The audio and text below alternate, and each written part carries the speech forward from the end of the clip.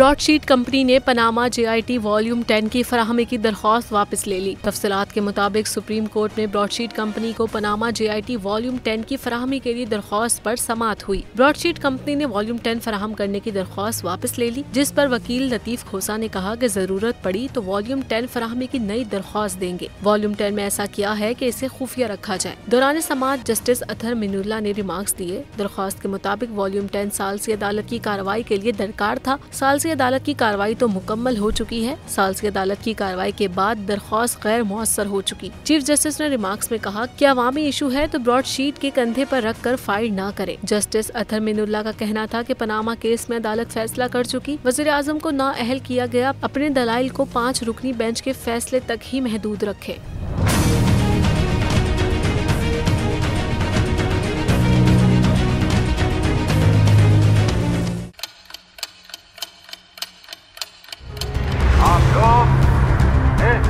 पाकिस्तान में आजाद है। सहाफती उसूलों पर कारबंद बोल न्यूज ने रखी रिवायत बरकरार। बोल न्यूज की जानिब से देखने वालों को यौम आजादी की बेहद मुबारकबाद।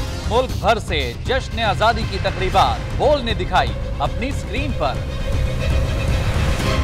पाकिस्तान के 76वें यौम आजादी का जश्न बोल ने सुनाई पाकिस्तान जिंदाबाद के नारों की गूंज।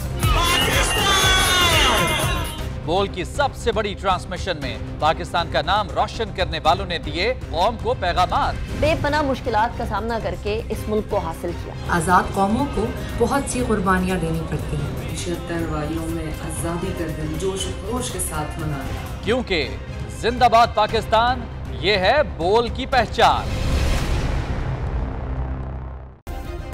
सब्सक्राइब करें और बेल दबाएं ताकि कोई खबर रह न जाए।